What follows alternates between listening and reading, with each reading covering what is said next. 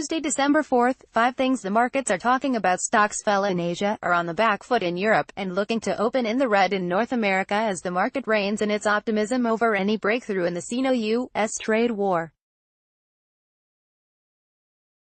U.S. Treasury prices remain better bid, while the mighty U.S. dollar again underperforms across the board.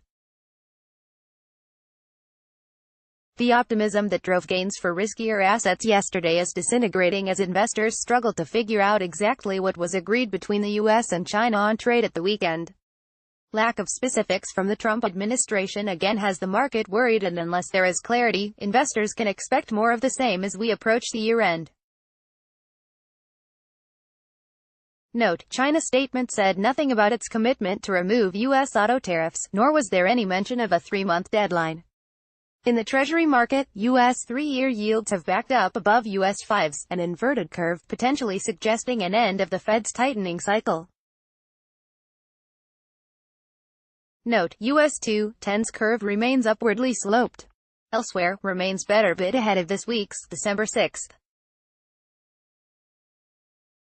On tap, U.S. financial markets will close tomorrow for a national day of mourning to honor former President George Bush. Fed Chair Powell's testimony to Congress scheduled has been canceled. One stocks see red in Japan. The dropped overnight with investors selling off exporters and financials, while profit-taking continued on cyclical stocks that rallied on Monday. Both the Nikkei and broader fell -2.3%. The index rallied to a 2-week high on Monday. Down under, shares closed lower on growing concerns over whether the world's 2 largest economies can resolve their trade differences before a 3-month deadline. The fell -1.01% at close of trade. In Korea, the Kospi fell -0.82%, weighed down mostly by the underperforming tech sector. In China and Hong Kong, stocks lost steam overnight, as investors come to terms with the fact that the relationship between U.S. and China has not improved, while China's economy continues to face downward pressure. The blue-chip CSI 300 index rose 0.2%, while it gained 0.4%. In Hong Kong, the rallied 0.3%, while the China Enterprises Index gained 0.2%. In Europe, regional bourses trade lower across the board, fading some of the sharp trade-related gains seen yesterday, following declines in Asia and lower U.S. index futures. U.S. stocks are set to open in the red, -0.48%. Indices, stock 600 to 0.41% at 359.70, -0.44% at 7,031.79, -0.71% at 11,384.51, CAC 40 -0.66% at 5,020.71, IBEX 35 -0.74% at 9,109.00, -0.41% at 19,541.50, SMI -0.22% at 9,084.50, -0.48% too. Oil bid on expectations of OPEC-led output cuts. For now, oil prices remain better bid, extending Monday's gains ahead of expected output cuts by OPEC and a mandated reduction in Canadian supply. Is up 75 cents, or 1.2%, at $62.44 per barrel, while U.S. light crude, WTI, is up 65 cents at $53.60. Note: both benchmarks rallied 4% yesterday after the U.S. and China pledged to pause an escalating trade dispute. OPEC and Russia will meet on Thursday to agree future output. The group is expected to announce production cuts of more than 1 mbpd.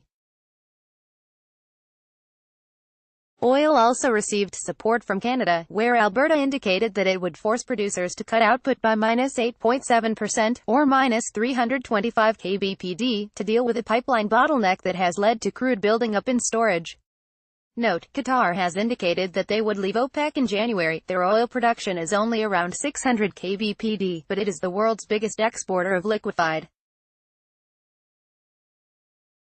Ahead of the U.S. Open, gold prices have rallied to a one-month high earlier this morning, supported by a weaker U.S. dollar, has rallied 0.6% to $1,238.36 per ounce. Prices touched a peak of $1,238.83 earlier in the session. U.S. are up 0.3% at $1,243.40 per ounce. 3. U.S. 3/5s yield curve inverts as appetite for risk increases. A strong appetite for risky assets after last weekend's Sino-U.S. trade truce has led to a yield curve inversion in the 3/5s curve and a weaker U.S. dollar. The 3/5 spread fell to negative -1.4 bits per second Monday, the first inversion in a decade. A better measure for a possible recession, the U.S. 2-10 spread has fallen to 13 bits per second, the lowest in years. There are a couple of ways to interpret this. First, the underperformance of the longer-dated U.S. paper versus the shorter-dated ones shows the shift of money into U.S. equities now that trade disputes are put on hold. Second, it also shows that investors are pricing in a less bullish Fed. Down under, the Reserve Bank of Australia (RBA) left the cash rate target, NYSE smiley face, unchanged at 1.50% as expected. It's the 24th consecutive pause in the current easing cycle. Governor Lowe reiterated the central bank's stance that low rates were supporting the economy and that progress on unemployment and inflation to be gradual. He also saw Australian GDP growth averaging approximately 3.5% over the coming years. 4. Sterling rises on get-out-of-jail card. The pound, £1.2823, has rallied after the European Court of Justice's (ECJ) Advocate General said that the UK could still cancel Brexit by revoking Article 50 without the consent of other EU member states. The recommendation is significant because it could be a way for the UK to avoid a no-deal Brexit, even though such a move would add further uncertainty for the pound. €1.1404 has edged back above the psychological €1.14 handle as US 10s yields test below 3% at 2.95% for a three-month low. Investors continue to speculate that the Fed would slow the pace of its rate hikes further out the curve. The U.S. dollar has also been impacted by the temporary truce in the Sino-U.S. trade dispute as cash flowed into riskier currencies versus the safe haven USD. The Japanese yen has rallied 0.8% to 112 yen and 78 sen, its strongest increase in a fortnight on the biggest increase in more than 5 months. Elsewhere, South African Q3 GDP jumped 2.2% Q/Q versus -0.7% in the comparable period, has fallen -1% to a 4-month low of $13.5419. 5. UK construction PMI unexpectedly rises. UK data this morning showed that the construction sector activity in the UK economy grew at a faster pace than expected in November. The final Purchasing Managers' Index (PMI) came in at 53.4 in November, up from 53.2 seen in October. The market was expecting 52.5. According to IHS Markit, in November data indicates that the UK construction sector remains in expansion mode, with resilient business activity trends seen for housing, commercial and civil engineering activity.